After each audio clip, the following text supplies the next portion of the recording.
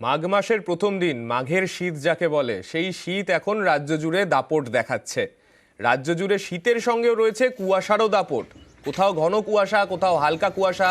পশ্চিমের জেলাগুলোয় কিন্তু কনকনে ঠান্ডার ইনিংস একেবারে অব্যাহত রয়েছে। আজ পুরুলিয়ার সর্বনিম্ন তাপমাত্রা 7 ডিগ্রি সেলসিয়াস। গত 24 ঘন্টায় বাঁকুড়ার তাপমাত্রা নেমেছিল 8.7 ডিগ্রি সেলসিয়াসে। সেই সঙ্গে বাঁকুড়ায় কুয়াশাও রয়েছে। যান চলাচলও কিছুটা বিঘ্নিত হচ্ছে এর ফলে। পূর্ব মেদিনীপুরের কথা যদি বলি, সেখানেও বিস্তীর্ণ এলাকায় কিন্তু ঘন কুয়াশা দেখা যাচ্ছিল গতকাল থেকেই। দীঘা, রামনগর এলাকা, বিস্তীর্ণ এলাকায় পুরোপুরি কুয়াশায় ঢেকে যায়। বসিরহাটের সকাল থেকেও ঘন কুয়াশার ছবি, ধীর গতিতে গাড়ি চলাচল করছে। সব জায়গাতেই কুয়াশার দাপট আমরা দেখতে পাচ্ছি। আমাদের 4 প্রতিনিধি আমাদের সঙ্গে রয়েছেন 4 জায়গা থেকে। পুরুলিয়া থেকে রয়েছেন আমাদের প্রতিনিধি ইন্দ্র, আমাদের সঙ্গে বাঁকুড়া থেকে রয়েছেন প্রিয়ব্রত, পূর্ব মেদিনীপুর থেকে পঙ্কজ রয়েছেন আমাদের সঙ্গে, আর অনুপম রয়েছেন বসিরহাট থেকে।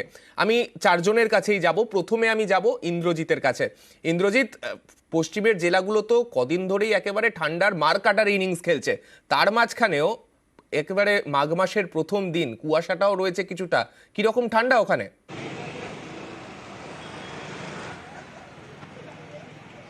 দেখো সান্নিক, একেবারেই তাই। তার কারণ মাঘ মাসের শুরুতেই যে ঠান্ডা রয়েছে তাতে বলা যায় যে জাঁকিয়ে শীত রয়েছে এবং শীতের আমেজ রয়েছে। সকাল থেকে আমরা লক্ষ্য করছিলাম ঠিক একই ছবি দেখা যাচ্ছে শীতের সকালে, ঠিক যেমন ছবি হয়, আগুন জ্বালিয়ে রাস্তার ধারে আগুন পোহাচ্ছে, ভারী শীত বস্ত্র পরে বেরোচ্ছে।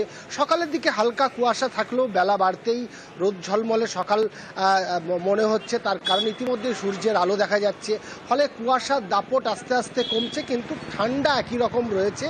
তবে গতকাল যে ঠান্ডা ছিল একেবারেই 6 ডিগ্রি ছিল, সেখান থেকে 1 ডিগ্রি বেড়েছে। আজ সর্বনিম্ন 7 ডিগ্রি তাপমাত্রা হয়েছে এবং জাঁকিয়ে শীত এখনও রয়েছে। মাঘ মাসের শুরুতেও একেবারেই ঠান্ডা যা রয়েছে তাতে জুবুতুবু অবস্থা জেলার মানুষের, এবং সকালের দিকে ঠান্ডা থাকছে বেশ ভালো। আজকে অবশ্য একটু বেলা বাড়লে ঠান্ডাটা একটু কমবে বলে মনে হচ্ছে, তবে সন্ধ্যের পর থেকে সেই ঠান্ডার দাপট একই থাকছে। ইন্দ্রজিৎ যেমনটা বলছিল, বেলা বাড়লে একটু ঠান্ডার দাপটটা কমতে পারে। আমি একটু প্রিয়ব্রতর কাছে যাব। প্রিয়ব্রত, বাঁকুড়াতেও কি সেই রকম অবস্থা, নাকি শেষ কদিন ধরে বাঁকুড়ার যেরকম ঠান্ডাটা যেরকম ছিল ওই রকমই রয়েছে আজকে?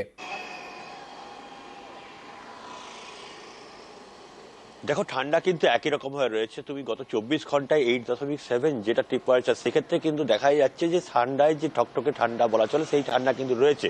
কিন্তু এর পাশাপাশি যেটা দেখা যাচ্ছে, ভোর থেকে কুয়াশার দাপট, ঘন কুয়াশায় যানবাহন চলছে, সৎ গতিতে চলছে, এবং যেসব ট্রেন চলছে, বাস চলছে, তারাও কিন্তু হেডলাইট চালিয়ে চলছে, কেননা দিনের বেলাটা কিন্তু রাতের মতন দেখাচ্ছে। তুমি দেখতেই পাচ্ছ আমার পিছনে কিন্তু এখনো ঘন কুয়াশা রয়েছে, এবং আমরা 8টার সময় যখন প্রতিদিন লাইভ দিই তখন কিন্তু রৌদ্র উজ্জ্বল আকাশ, কিন্তু আজকে সেটা নয়। আজকে কিন্তু মেঘলা আকাশ, এখনো রোদের দেখা মেলেনি, এবং যেটা পূর্বাভাস পাওয়া যাচ্ছে আবহাওয়া দপ্তর, যে নিম্নচাপ জনিত বৃষ্টি হওয়ার একটা সম্ভাবনা রয়েছে। সেক্ষেত্রে বাঁকুড়া জেলার কিন্তু আলু চাষের একটা ব্যাপক ক্ষতি হতে পারে। সেই কারণেই মানুষজন যারা চাইছেন যে যাতে বৃষ্টি না হয়, এই ধরনের মেঘলা আকাশ থাকলেও কিছুটা হলেও যেন রোহা পায় চাষিরা, সেটা কিন্তু চাইছেন। এর পাশাপাশি যে ঠান্ডা রয়েছে তার প্রকোপে এই যে কুয়াশা পড়ছে, তাতে কিন্তু আলুদের নাভি ধসা রোগ হয়, সেই রোগও হতে পারে। সেক্ষেত্রে এই যে কুয়াশা, ঠান্ডা, বৃষ্টি সবে মিলে কিন্তু বাঁকুড়া জেলার যে আবহাওয়া, সেটা কিন্তু শীতকালের আবহাওয়া নয়, কেন হচ্ছে যেন বর্ষাকাল, আবার ঠান্ডাও রয়েছে। সবে মিলে কিন্তু বাঁকুড়া জেলার মানুষ নাজেহাল হতে পারে আগামী কয়েকদিন। কারণ এই কুয়াশা এবং ঠান্ডার পাশাপাশি যদি বৃষ্টি হয়ে যায়, সেক্ষেত্রে আরও তাপমাত্রা কমতে পারে, এবং জেলার মানুষের কিন্তু, চাষিদের বিশেষ করে, তাদের কিন্তু একটা আশঙ্কার মেঘ ঘনিয়েছে তাদের মনে। আমি চলে যাব পঙ্কজের কাছে। পঙ্কজকে যেটা জিজ্ঞাসা করবো, পঙ্কজ, আলিপুর আবহাওয়া দপ্তরের তরফে বলা হচ্ছিল উপকূলবর্তী জেলাগুলোতে বৃষ্টির সম্ভাবনা সব থেকে বেশি। তো পূর্ব মেদিনীপুরের কি ছবি? পূর্ব মেদিনীপুরে কি ঠান্ডাটা কিছুটা হলেও কমেছে এখন? দেখো সানি, একেবারে কিন্তু যে পূর্ব মেদিনীপুর জেলার যে সমুদ্র উপকূলবর্তী এলাকা, দীঘা, রামনগর, পটাশপুর, এগরা, এই সমস্ত এলাকাতে কিন্তু আজকে মাঘের প্রথম, যেখানে বলেছে পূর্বপুরুষরা, যেখানে বলেছে মাঘের শীত বাঘ, সেই রকম কিন্তু সকাল থেকে কনকনে ঠান্ডা, জুবুথুবু মানুষ কিন্তু, যেখানে পর্যটন শহর দীঘাতেও সেই রকমই অবস্থা। পুরো পূর্ব মেদিনীপুর জেলা জুড়ে কিন্তু কুয়াশার চাদরে ঢাকা রয়েছে, যেখানে দৃশ্যমানতা কম থাকায় যানবাহন চলছে লাইট জ্বালিয়ে। সকাল থেকে কিন্তু ব্যাপক পরিমাণে ঠান্ডা রয়েছে, কিন্তু পর্যটন শহর দীঘা তুমি দীঘা রামনগর পটাশপুর এলাকা বিস্তীর্ণ এলাকা কিন্তু এখনো পর্যন্ত কুয়াশার চাদরে মোড়া, কিন্তু মেঘাচ্ছন্নও রয়েছে হালকা, এবং উত্তরের হাওয়াও কনকনে ঠান্ডা, যে কারণে কিন্তু পর্যটন শহর দীঘায় সেই রকম কিন্তু পর্যটন না থাকলেও কিন্তু কিছু পর্যটক আছে যেখানে কিন্তু তারা চায়ে চুমুক দিয়ে আমেজ উপভোগ করছে। এবং তুমি দেখতেই পাচ্ছ যে আমার পিছনের দিকটাই কিন্তু কুয়াশাচ্ছন্ন, এখনো কিন্তু সূর্যের কোনো মুখ দেখা নেই।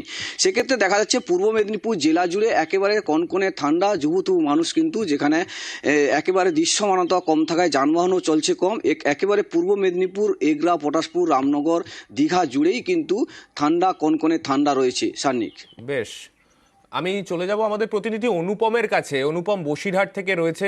বসিরহাটেও অনুপম, তুমি যে ছবি তুলে ধরেছো তাতে বোঝা যাচ্ছে দৃশ্যমানতা বেশ কম। রাস্তাঘাটে যান চলাচলে কোনো সমস্যা হচ্ছে কি সেক্ষেত্রে?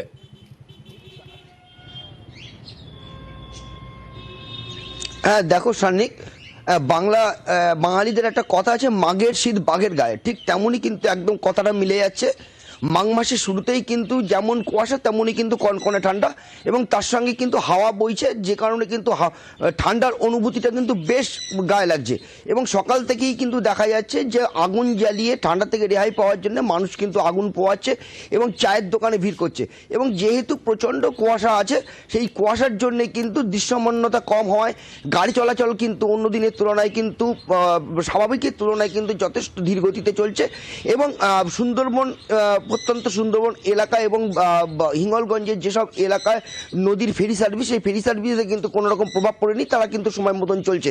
এবং ট্রেন চলাচলেও কিন্তু কোনো বিঘ্ন ঘটেনি, ট্রেন চলাচলের সময় মতন চলছে এবং নির্দিষ্ট টাইমেই চলছে।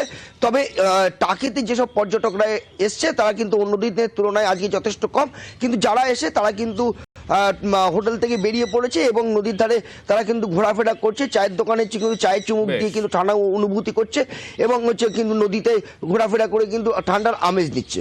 সার্নিক, ধন্যবাদ অনুপম। মাঘ মাসের প্রথম দিনেই যেরকম ঠান্ডার ছবিটা হওয়ার প্রয়োজন সেই রকম ছবি হয়তো রাজ্য জুড়ে দেখা যাচ্ছে। তবে কোথাও গিয়ে একটু ঠান্ডাটা হয়তো কমবে, কেননা বৃষ্টির একটা হালকা পূর্বাভাস রয়েছে আলিপুর আবহাওয়া দপ্তরের তরফে।